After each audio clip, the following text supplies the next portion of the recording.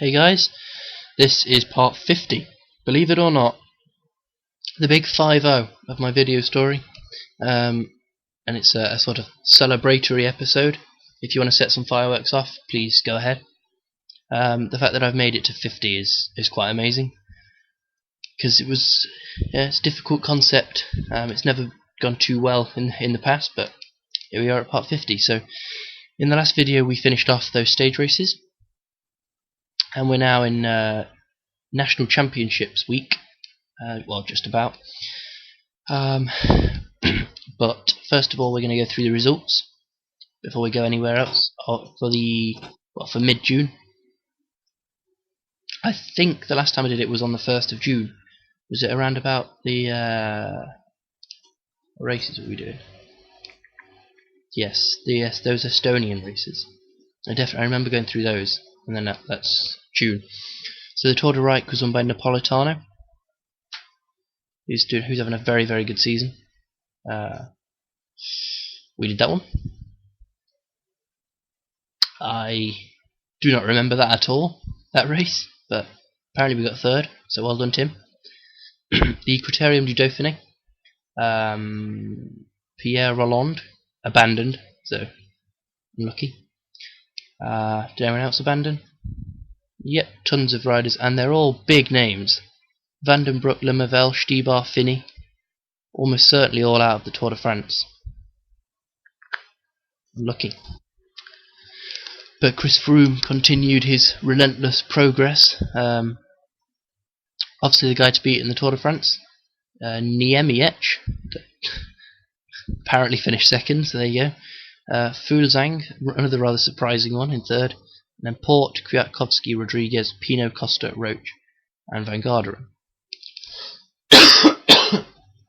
So yeah, interesting that Rodriguez, Pino, etc. finished that far down behind Niemiec and Fulzang, but maybe it was a breakaway. Tour de Suisse was won by Contador by nearly 3 minutes. Wow, look at the gaps here. Has he got back on the beef? Brakovic third, Quintana way down in fourth, Kanga, Cloden, Boucher, Kenyuk, Chavanel and Maika. Rather close. 2 seconds between 7th and 9th. Not too many top riders here, clearly. Matt Boucher, Kenyuk and Chavanel in the top 10. And Valverde abandoned, another one. Carnage going on here. Henao finished behind Geraint Thomas. Wow. Interesting. Flèche Ardennais was won by Young, ahead of Schumacher, Van Speybroek and Antomarchi.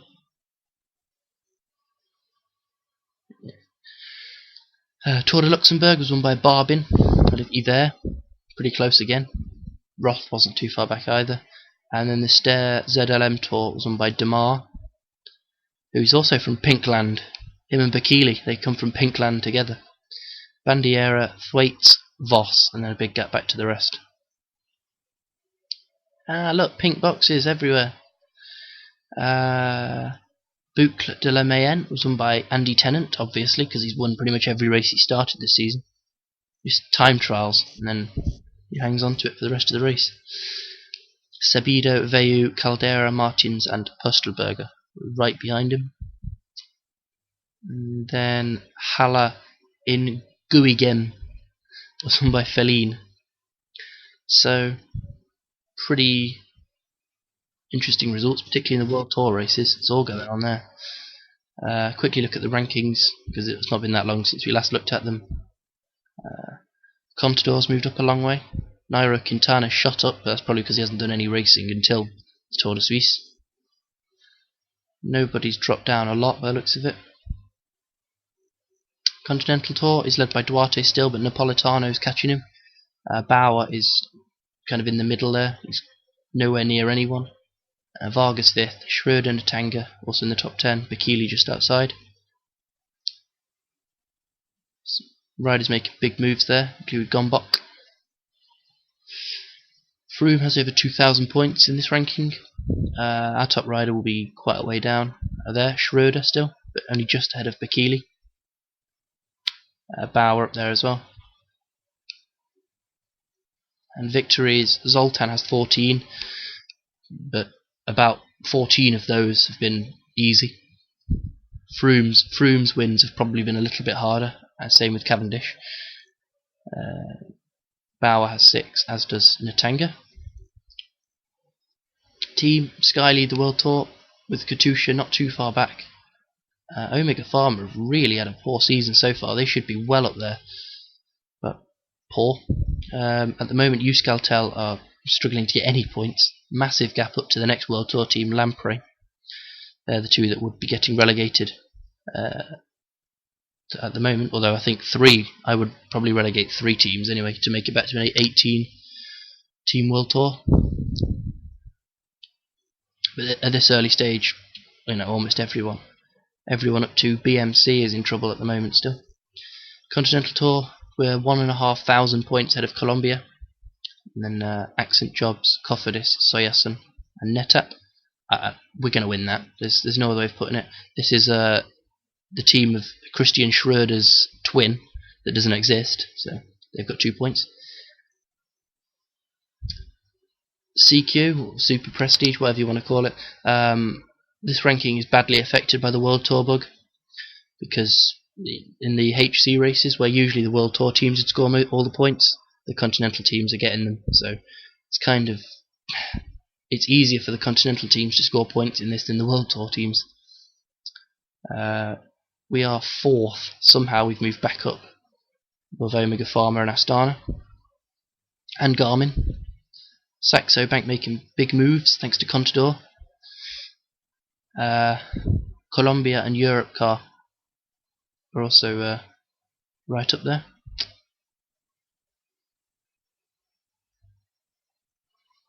We have 99 teams that score points, so technically it's 98 because that's not a team. Victories, we have 68, which is okay, I guess. Narrowly ahead of Sky. That's it for the rankings then. Just check those injuries. See how bad they are. Stibar is out till mid-August. Vandenbroek's definitely. Oh, who'd have thought that? What on earth is going on here? Chris Froome is out of the Tour de France as well. He is human. Sprained wrist in training, obviously, because he wasn't injured in a race. So Vandenbroek, Froome, Rolland, all out of the Tour. There's Finney, fractured hip, nice. Jungels is injured. Frank Schleck, obviously. Scarponi, he's out of the Tour as well. That's just about it. Svitsov, don't know if he'll make it back in time for the Tour. Kirienka as well. What is going on at Sky? So yeah, some fairly big injuries at this stage of the season. Valverde wasn't there though, so he obviously wasn't actually injured, he just gave up. So that was that. So now, just say that I sorted the contracts out. Everyone is now signed except for Mujagic, who will leave at the end of the year. Cassidy may leave as well. His contract's not up at the end of this year, but I can make it so. If we get to the end of the season, there will definitely be some available slots in the team. Probably 2. But we've got to get to the end of the season first. No point worrying about that yet. For those of you that want to see how good the riders are now, here's your chance. Gumbach is our best, 75 average, which is pretty good. So yeah, there you go, just go through that, and then guys at the bottom as well. Actually, if I was to be giving out awards, probably will do it if we get to the end of the season, do some awards or something. My rider of the first half of the season, it's a tough one. I would probably nominate Bennett, Gibson, Bauer, Schroeder, and maybe Varga. I think there's been some really strong performances from other riders. And even though our leaders have, I mean, you see the amount of victories we've got, our leaders have been amazing, but they wouldn't have done that without some seriously good teamwork. I think I would give the rider of the season so far to Tyler Gibson, though.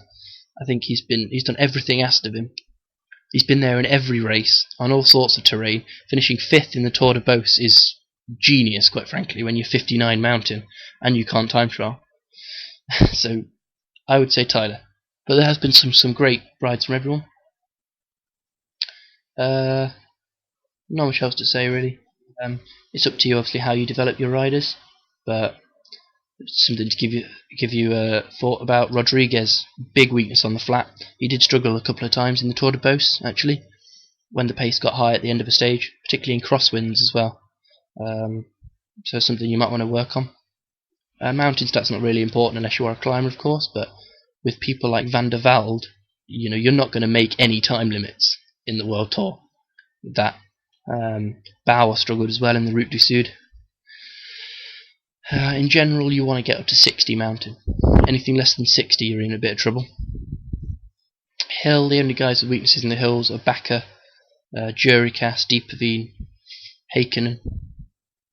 I'd say the rest are okay. 65 is really the sort of cut-off point for the World Tour. Below that, you're almost useless. A lot of you are poor at time trialing. I know it's not important, but I'd like to see some of you at least try and focus on improving the time trialing. Certainly comes in handy in Grand Tours with team time trials and that.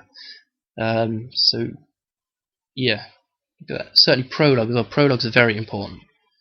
And for people like Meek in particular, I guess it would help to be slightly better than 50 in that. Cobbles, we've still not got too many. We've got 5 riders that are really good on the cobbles, and then De Vries is okay. So if we were to do some of the big cobble classics next season, we'd be in a bit of trouble filling out the squad. So something to think about as well. Sprinters, we've got two main sprinters, but Bauer's obviously very, very useful as well. And then you've got people like Hashir, Jurikas, who are youngsters. That's all good. As for downhill, wow. I mean, Varga and Kumano are genius descenders. Bakili, Natanga, Schroeder, Bennett, they're all okay. But some of you, wow. You make Thibaut Pinot look good downhill. You've got Da Silva and Kelly in particular, those two. Really need to work on the descending. Deeperveen, Gombok, Rodriguez, Fischer, Hashir, all these guys up to Jurikas, which includes me, although I have already improved my downhill once. But yeah, definitely need to work on the descending. Stamina, it's more important once you get to the World Tour. Generally the races are longer.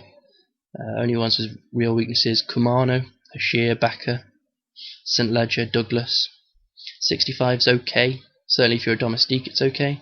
But if you're a team leader, or you want to be a team leader, 65 stamina is not going to be enough.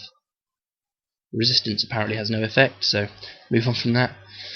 Recovery, only two sprinters have very good recovery. And yeah, some of you are pretty poor. Obviously it doesn't matter if you're a classics rider, but for anyone that wants to win any tours, Schroeder for example, who I would have imagined would be a very good 1 week stage racer, definitely try and improve your recovery. Other than that though, that's all good. So I don't think there's really anything else to go through at this point. We haven't had a sponsor goal for a while. We got the last one, which was in Canton d'Argovie when Bauer won it. We haven't got one now till August, so nothing really there. We won't know about national teams and things until much later in the season, so I don't know if any of you are going to get called up. It's unlikely. So yeah, but beyond that, that's pretty much it. Just wanted to kind of give a general review. Oh yeah, the nationals. I wanted to preview the nationals as well. We have, I think, 8. Is there 8 or maybe 9 different nationalities involved this week? We've got Britain, Canada, Denmark, Ireland, Holland, Netherlands, the USA, Belgium, Germany, and France. That's 9. So 9 national championships, obviously with road races as well. You've got 18 races. Most of them we won't have a chance in, so I'm not going to bother showing them. Probably just show the results. Some of them I'll quick sim. Some of the time trials I'll quick sim because I haven't got a prayer. But we could win some of them. You never know. Certainly in the road race, anything can happen in the road races. So you get the right rider in the right place at the right time, and you end up winning a shiny jersey. For some of the guys that don't have national championships, there's not actually that many, but Brazil, Finland. I think the Estonian one simulated even from memory. I think the Estonian one simulated the road race anyway. Heikkinen, I think, is going to be the Finnish time trial champion because he's by far the best time trialist from Finland. So I think it would be realistic for him to be that. And in the road race, I think I'm going to toss a coin. Sort of heads will be yes, tails will be no, sort of thing. Hungary, I think they don't have one, do they? So that'll be the same for those two. Neither of them will be the time trial champion though, because they can't time trial. Yamada, is Japan simulated? I think it is. The road race anyway. But he's injured at the moment, so he won't be the time trial champion because he's injured. And that's fair. Kenya, well, you could be the Kenyan champion if you want, but there's no jersey. And then the others are fine, so I think it's just Heikkinen and the Hungarians to sort out there. Oh, and Da Silva. So, yes, that's all of that. So I think the next thing to do is just to advance ahead and see how we get on. So we will get the first of the national time trial championships out of the way here. First of which is the Danmarks Mesterskabet. Yep, something like that. It's only 39 kilometers, so not the longest, but either way, I would say Fish has got 0.1% chance of winning, if that. So I'll quick sim and fast forward to the result. So Alex Rasmussen won it by a narrow margin of 6 seconds over Fuglsang, who's clearly in very good shape at the moment. Daniel Foda of Blue Water was third, and then Christensen and Steensen. Lots of Danes here, isn't there? Weird. That's a joke, by the way. Fisher, way, look at that, well off last. Great ride. Look at these guys. Ha, you're rubbish. 36th place, just 6.5 minutes off, just behind Matthew Breschel and Sebastian Lander. So some World Tour talent around him. Yeah. Not the best, but not the worst. Next up then is the British Time Trial Championship, 49 kilometres. Even though Froome's injured, we still are likely to have Wiggins, Dowsett, Thomas. Much better chance here with St Ledger, but I still don't think we've got much of a chance unless St Ledger has +5. So yeah, we'll see how it goes. I will 3D race this, but obviously I won't show it unless we have a genuine chance of doing an amazing result. Probably just come back on the result screen and tell you how it's all gone. Well, that was emphatic. The last 3 riders on the course were St Ledger, Dowsett and Wiggins, and they all finished together, so that kind of shows the difference between them. Wiggins beat Alex Dowsett by 2 minutes 9, with Geraint Thomas just behind. St Ledger was -2 on the day. Had he been 0 on the day, he would have been up there with Andy Tennant. If he had a good day, he should have been able to finish 4th, to be honest. Pretty close between Cummings and Miller. Less than a minute between them all. Stannard, Tennant, Ledger, Clancy and Miller. And then I managed to just nick 10th by 1 second, so 2 in the top 10's not too bad. Meek was 29th, but, well, I was going to say slightly disappointing, but he's in around where he should be. Well, I mean, he should probably be up here around Mark Cavendish, really, but never mind. Not too bad, 7th place, but Definitely no jersey. Over in Canada, Svein Tuft just owned everyone. Not quite as much as Wiggins, but still well over 1 minute ahead of Hajdar. Veu was another minute further back, and then Van der Velde got a solid fourth, but 3.5 minutes behind. Another big gap then to Hull, Roth, and Rodriguez, who all finished very close, and Rollin as well. So pretty convincing win for Tuft there.